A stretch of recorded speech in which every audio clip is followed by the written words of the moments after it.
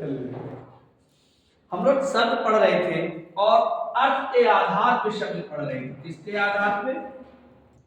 अर्थ के आधार पर हम लोग शब्द पढ़े थे। अर्थ के आधार पर शब्द के दो भेद होते हैं। एक होता है हमारा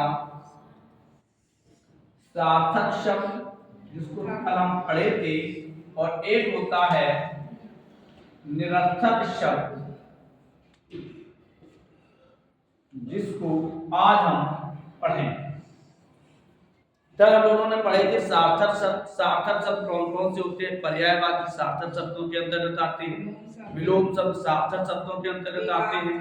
एकार्थी, अनेकार्थी, सदसम, भिन्नार्थक शब्द इस तरीके से। आज हम लोग पढ़ेंगे निरर्थक शब्द। कौन सा? निरर्थक शब्द। निरर्थक शब्द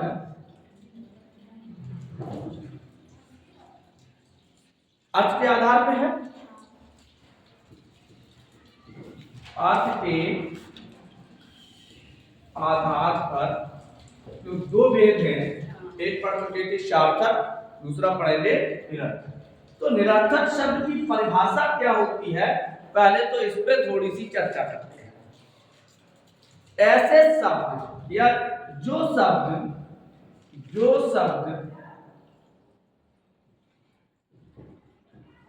व्याकरण की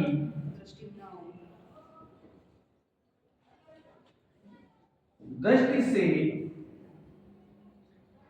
अर्थ ना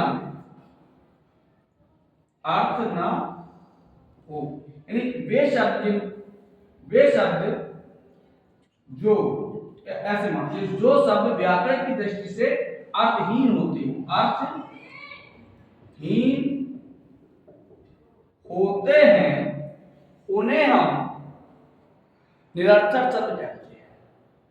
उन्हें क्या कहेंगे हम? यानी इनका कोई व्याकरण दृष्टि अर्थ नहीं होता है। ऐसे भी कह सकते हैं जिन शब्दों का कोई व्याकरणिक अर्थ ना हो, उसे हम निरर्थक शब्द कहते हैं। हालांकि दुनिया में जितने भी शब्द हैं, किसी न किसी का कोई ना कोई अर्थ होता है। निरर्थक शब्दों का अर्थ जो होता है वो एक क्षेत्र विशेष के आधार पर होता है। इन्हें हम शब्दकोश में ढूंढे। अब हम तो एक शब्द मान के चलिए, गुड़गुड़ मान लो, हमने पेड़ गुड़गुड़ाए रहो, तो अब गुड़गुड़ शब्द हम डिक्शनरी में देखे मिले नहीं मिले, गूगलों की खोज पे देखते, क्योंकि जो ये शब्द हैं ये एक क्षेत्र विशेष में प्रयोग करने वाले होते हैं और ये व्याकरण की दृष्टि से इनका कोई भी अर्थ नहीं होता है। ये चार प्रकार के होते हैं। निरर्थक शब्द कितने प्रकार के होते हैं? चार प्रकार के होते हैं। पहला भेद होता है हमारा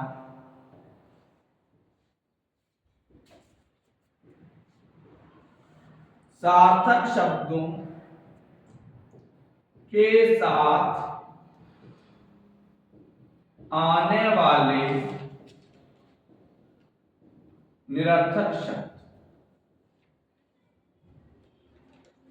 सार्थक शब्दों के साथ आने वाले निरर्थक शब्द, ऐसे शब्द हमेशा किसी न किसी सार्थक शब्द के साथ ही आएंगे, अकेले नहीं आते हैं।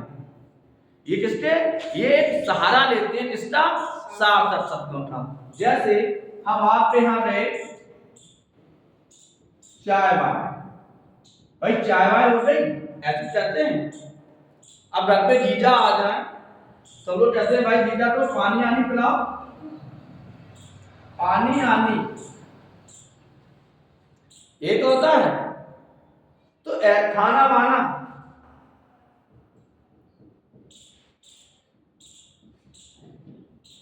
खाना वाना, ऐसे शब्द जिनका कोई व्याकरण। अब देखिए चाय बाय क्या है, पानी आनी क्या है, खाना वाना क्या है। तो ये ये ऐसे शब्द निरर्थक शब्द होते हैं जो हमेशा किसी न किसी सार्थक शब्द के कहाँ रहते, यहाँ वहाँ ढोलक, यहाँ तो है हुआ था, यहाँ हुआ ढोलक है।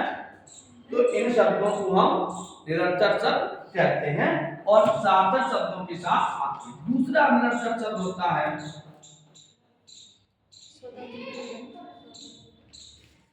स्वतंत्र निरर्थक शब्द। ये कैसे शब्द होते हैं? स्वतंत्र निरर्थक शब्द ये कौन से शब्द होते हैं? सोचो बताओ। जो किसी सार्थक शब्द के साथ नहीं आते हैं, जो किसी सार्थक शब्द के लिए स्वतंत्र होते हैं। इनका अर्थ एक क्षेत्र विशेष में होता है। जैसे यार बड़ी गड़बड़ हो गई, अब बताओ कोई गड़बड़ शब्द है? कोई शब्द नहीं है, लेकिन अपने यहाँ या काम बिगड़ गया, गड़बड़ होना, तो ये स्वतंत्र निरर्थक शब्द है।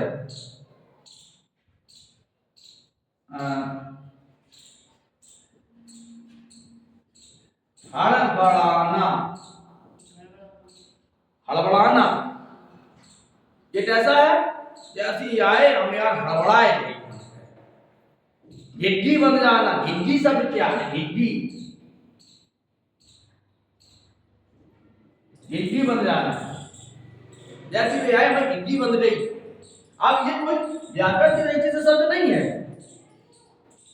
कुछ देशज शब्द भी स्वतंत्र में आते हैं, जैसे हार है, पेट, ये कैसे हैं? जड़ई, ये तो देशज है, लेकिन ये सभी स्वतंत्र निरर्थक शब्दों में आते हैं, क्योंकि इन शब्दों का भी कोई व्याकरण लेखा जोखा नहीं होता। आगे बढ़ते हैं। तीसरा आता है अंतरात्मक निरर्थक शब्द। ऐसे निरर्थक शब्द जो हम किसी ध्वनि या किसी चीज का अंतर करके बनते हैं। जैसे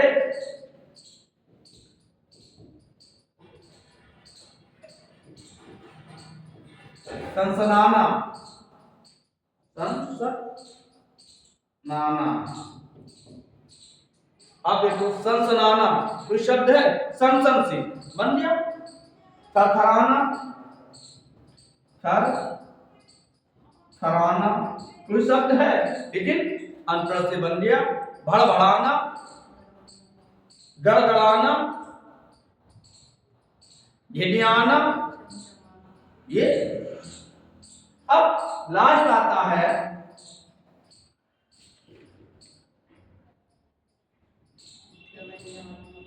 ध्वन्यात्मक निरर्थक। ऐसे शब्द जो किसी ध्वनि का अनुकरण करके बनाते, जो किसी ध्वनि से निकलती हैं। जैसे टाय टाय, कौवा की टाव टाव से बनाए ले, जड़जड़ा की टाय टाय बंद नहीं होता है। टाय टाय, पिपियाना, पिपियाना, पिपियाना क्या होता है? जब कोई बालक रोता है, रोए के रह जाए तो फिर एकदम कहा तरह बुआ तो थप्पड़ डालते हैं, थोड़ा तो चुप पिपियाता ही रहा, तो कोंकों से पिपियाना बना दिया। रिरियाना ये तो ध्वनि से बना है। रिरियाना ये अंतर है। चाय चाय, चाय चाय ये क्या है? पेपे, ये क्या है? ध्वन्यात्मक अंतरात्मक ध्वन्यात्मक निरर्थक शब्द। तो ऐसे शब्द जिनका व्याकरण आधार पे कोई अर्थ नहीं होता है, उन्हें हम निरर्थक कहते हैं। ये चार प्रकार के होते हैं सार्थक शब्दों के साथ आने वाले निरर्थक शब्द, स्वतंत्र निरर्थक शब्द, अंतरात्मक निरर्थक शब्द और ध्वन्यात्मक निरर्थक शब्द। अगला हमारा भेद है प्रयोग के आधार पर शब्द के भेद।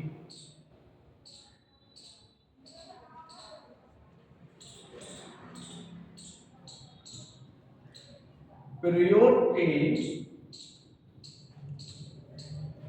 आधार पर शब्द के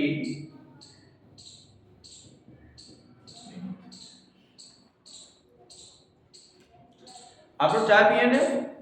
चाय में कुछ नहीं रखा है, भावनाओं को समझिए बस।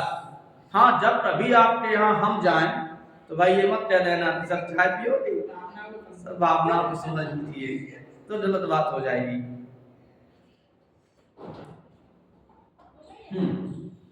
प्रयोग के आधार पर शब्द के कितने भेद होते हैं? तो प्रयोग के आधार पर शब्द के दो भेद। अच्छा ये बताओ शब्द के कितने भेद होते हैं? चार। कौन कौन से?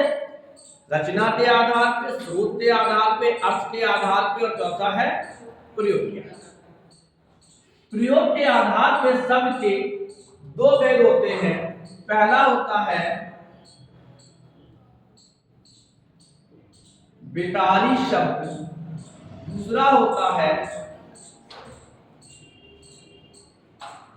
अविकारी शब्द। ये गारंटी है, इस बोर्ड पे लिखा हुआ हिंदी चैप्टर से बाहर प्रश्न नहीं जाएंगे।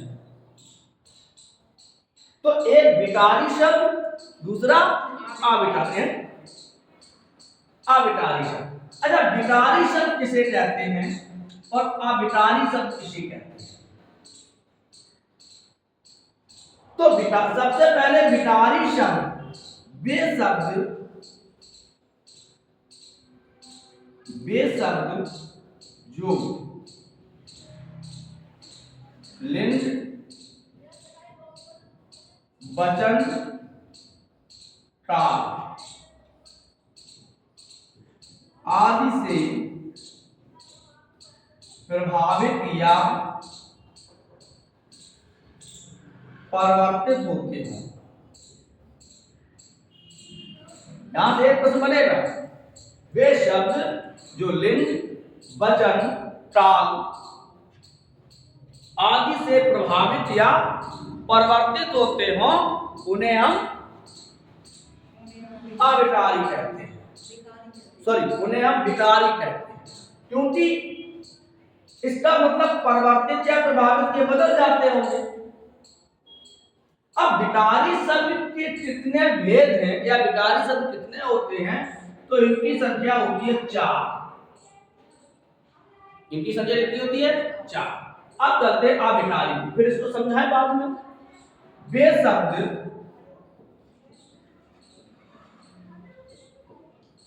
जो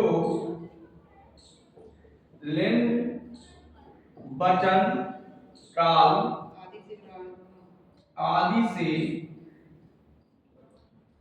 प्रभावित या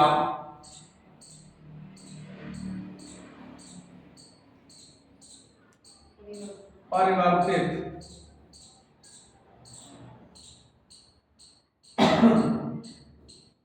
नहीं होती है,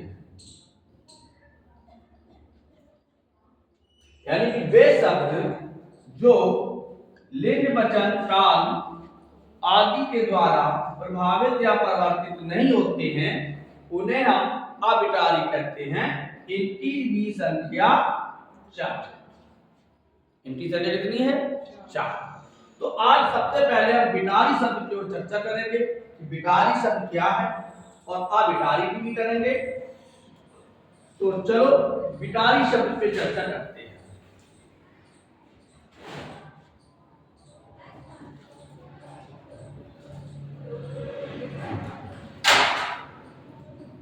तो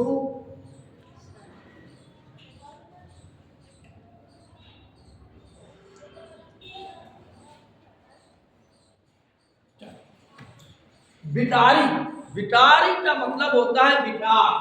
क्या होता है? विकार। और विकार जिसमें आ जाता है लोग कह देते हैं कि विकार, और विकार का मतलब होता है विकार। क्या होता है? विरार, या तुमने प्राण विरार भोग, बनो बनो प्राण बिगाड़ दिया। इसका मतलब कोई काम बन रहा था उसमें परिवर्तित कर दिया। अब समझो, इन शब्दों पे जितने भी विकारी शब्द होते हैं इनकी संख्या कितनी होती है? 4। और इन पे लिंग, वचन, कारक इन तीनों का प्रभाव पड़ता है। जैसे पहला विकारी शब्द है आपका संज्ञा, दूसरा विकारी शब्द है सर्वनाम, तीसरा विकारी शब्द है विशेषण और चौथा विकारी शब्द है क्रिया। पहला विकारी शब्द कौन सा है? संज्ञा। किसी व्यक्ति, वस्तु, पदार्थ के नाम को संज्ञा कहते हैं, हम लोग पढ़ चुके हैं, फिर बाद में पढ़ लेंगे। यहां पे शब्दों में पढ़ेंगे हम। तो संज्ञा क्या है? जैसे शब्द है लड़का, क्या है? लड़का। इसे हम सबसे पहले एक वचन से लिंग परिवर्तन करें, क्योंकि लिंग का भी प्रभाव है, तो ये हो सकता है लड़की, बदल गया। इसको हम अगर जेंडर चेंज ना करें तो इसको हम बहुवचन में कर सकते हैं, लड़की। अर्थात संज्ञा शब्द जैसे पशु, पशुओं, पशुओं, पशु, पशु, लड़की, लड़कियां या लड़की, नदी, नदियां। तो एक वचन से बहुवचन में, स्त्रीलिंग से पुल्लिंग में जो शब्द, जिस शब्द का हम परिवर्तन कर सकते हैं, बदल सकते हैं, वो विकारी शब्द होता है। पहला होता है संज्ञा। अब देखो, तो ये समझ में आया? जैसे शब्द है शहर, शहरों, बदल दिया। हाँ, एक चीज समझ लीजिए, जो व्यक्तिवाचक संज्ञा होती है, कैसी? व्यक्तिवाचक, उसको आप अपवाद को छोड़ के नहीं बदल सकते। जैसे मनोरमा है या काजल है, तो तजलिया नहीं करेंगे, वो लाड़का भाववाचक हो जाता है। जैसे राम को रमुआ कर दें तो भाववाचक हो जाता है, वो बिगड़ तो जाएगा लेकिन उस पर लिंग वचन का प्रभाव नहीं पड़ेगा। रमुआ तो बहुत रमुआ हो गई, हाँ पड़ेगा रामः, रामौ, रामः, एक राम, दो राम और बहुत से राम। अब हर घर में राम तो पड़ जाएगा। शहर, शहरों, बदल दिया। इसको हम विशेषण में भी शहरी, ये संज्ञा को हम विशेषण भी परिवर्तित कर सकते हैं। शहर का शहरी, गांव का ग्रामीण या ग्राम या गांवों में। तो एक वचन से बहुवचन में या स्त्रीलिंग से पुल्लिंग में या संज्ञा को विशेषण में भी परिवर्तित कर देते हैं तो वो विकारी शब्द कहेगा। जिसमें पहला पढ़ा हमने संज्ञा, दूसरा आता है सर्वनाम। कौन सा? सर्वनाम। सर्वनाम किसे कहते हैं? जो शब्द संज्ञा के बदले बोले जाते हैं उन्हें क्या कहते हैं? सर्वनाम। जैसे तुम, बदलो, तुम क्या हो जाएगा? तुम्हारे, तुम्हारी, तुमको, तुम्हें, बदल दिया। इसका मतलब सर्वनाम पे भी, सर्वनाम शब्द कैसा है? विकारी शब्द है। हुआ है उसकी, उसे, उससे, उसने, बदल गए। तो जो लिंग वचन कालक और कारक के अनुसार प्रभावित होते हैं उन्हें हम विकारी शब्द कहते हैं। अगला आता है हमारा विशेषण। अच्छा, विशेषण किसे कहते हैं? जो संज्ञा सर्वनाम, जैसे मैंने बताया था, शहरी किससे बना? विशेषण से। आर्थिक, ग्रामीण, मिठास, पारिवारिक, सैनिक, जो सेना से संबंध रखे वो सैनिक। तो विशेषण भी बदल जाता, कड़वाहट, ठंडक, लिखावट, बनावट बदले क्या बने विशेषण। तो जो शब्द संज्ञा और क्रिया से सर्वनाम से अपनापन सर्वनाम से बन जाए तो ऐसे विशेषण शब्द भी परिवर्तित हो जाते हैं। जैसे काला, काला क्या है विशेषण है, कालिमा काला संज्ञा है और कालिमा विशेषण हो गया, समझाया। लालिमा उठा लीजिए, इसका भी हो।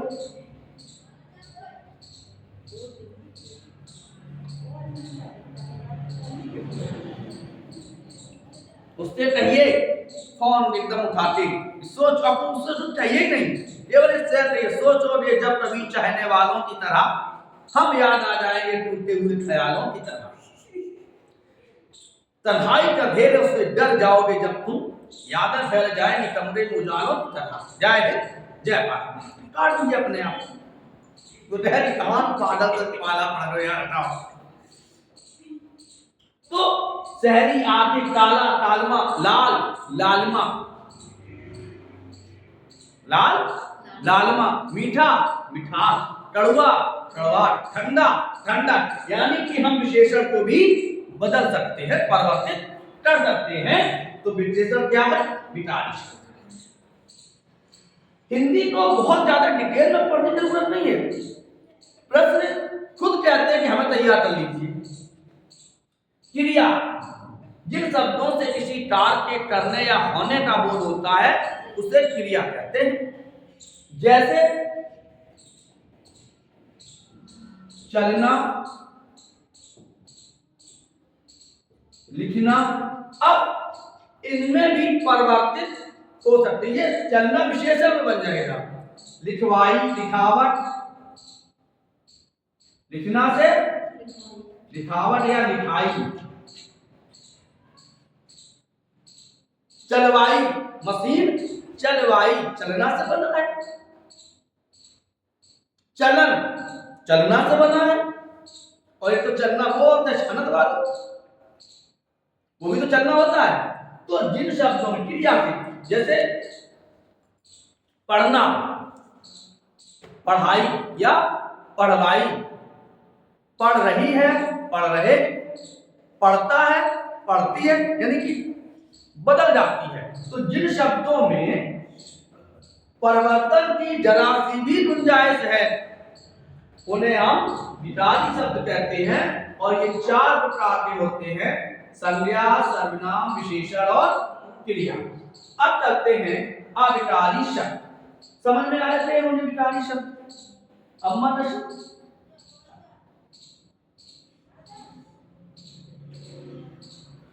दूसरा आता है अविकारी शब्द।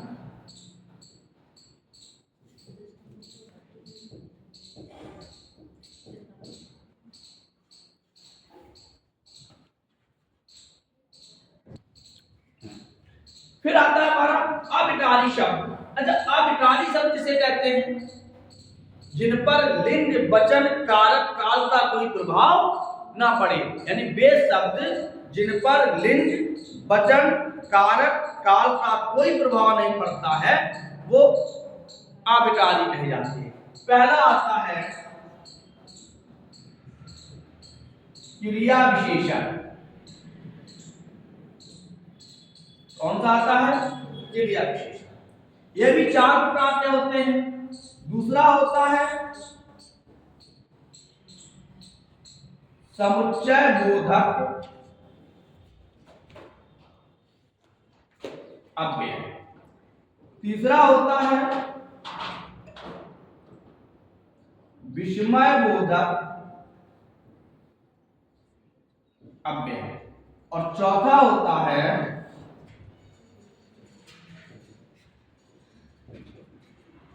संबंध बोधक अव्यय। यदि कोई पूछ दे कि अविकारी शब्द कितने प्रकार के होते हैं, तो कितने प्रकार के होते हैं? 4। कौन कौन से? क्रिया विशेषण, समुच्चय बोधक अव्यय, विस्मय बोधक अव्यय और संबंध बोधक अव्यय। इनमें कभी भी कोई भी परिवर्तन नहीं होता है। क्रिया विशेषण को लिख देते हैं। जैसे शब्द है तेज, चाकू की धार तेज है, वह तेज दौड़ता है, क्रिया की विशेषता है।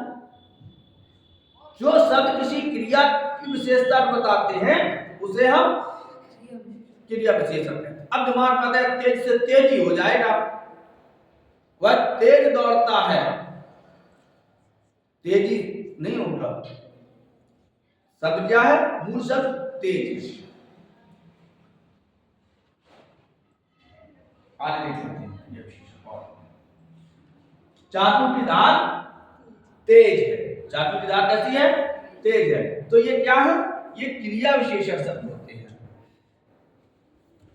आगे देखते हैं।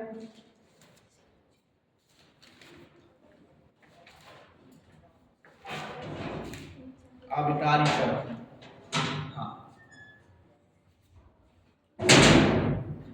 यहां वहां क्या है? वह यहां बैठा है, क्रिया विशेषण। वह वहां जा रहा है, क्रिया विशेषण। ऊपर नीचे, यही समुच्चय बोधक में होता है। बाहर, भीतर और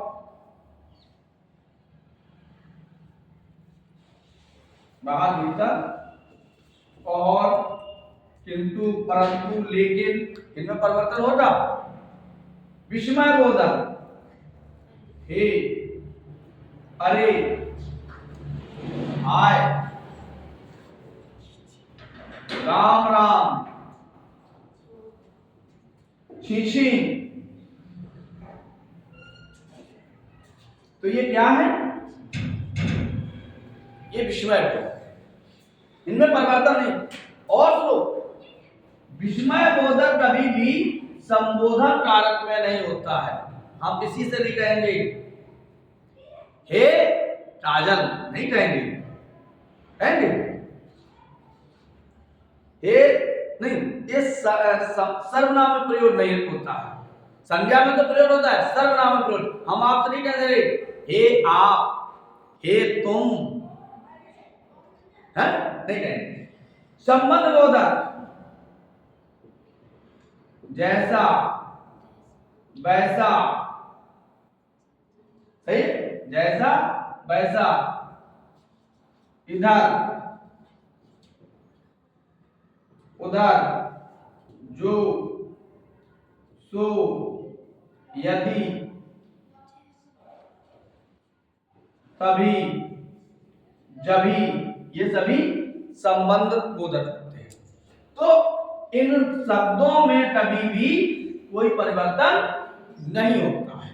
ना लिंग के अनुसार होगा, ना वचन के अनुसार होगा, ना क्रिया के अनुसार होगा। तो हम लोगों ने प्रयोग के आधार पर शब्द के कितने भेद पढ़े? 2। कौन कौन से? विकारी और अविकारी। विकारी में होते हैं संज्ञा, सर्वनाम, विशेषण और क्रिया, जबकि अविकारी में होते हैं क्रिया विशेषण, समुच्चय बोधक, विस्मय बोधक और संबंध बोधक। तो ये थे हमारे शब्द। अगला टॉपिक हमारा होगा जो बहुत ही महत्वपूर्ण होगा और वो कल पढ़ाएंगे हम। अभी थोड़ी चर्चा होगी।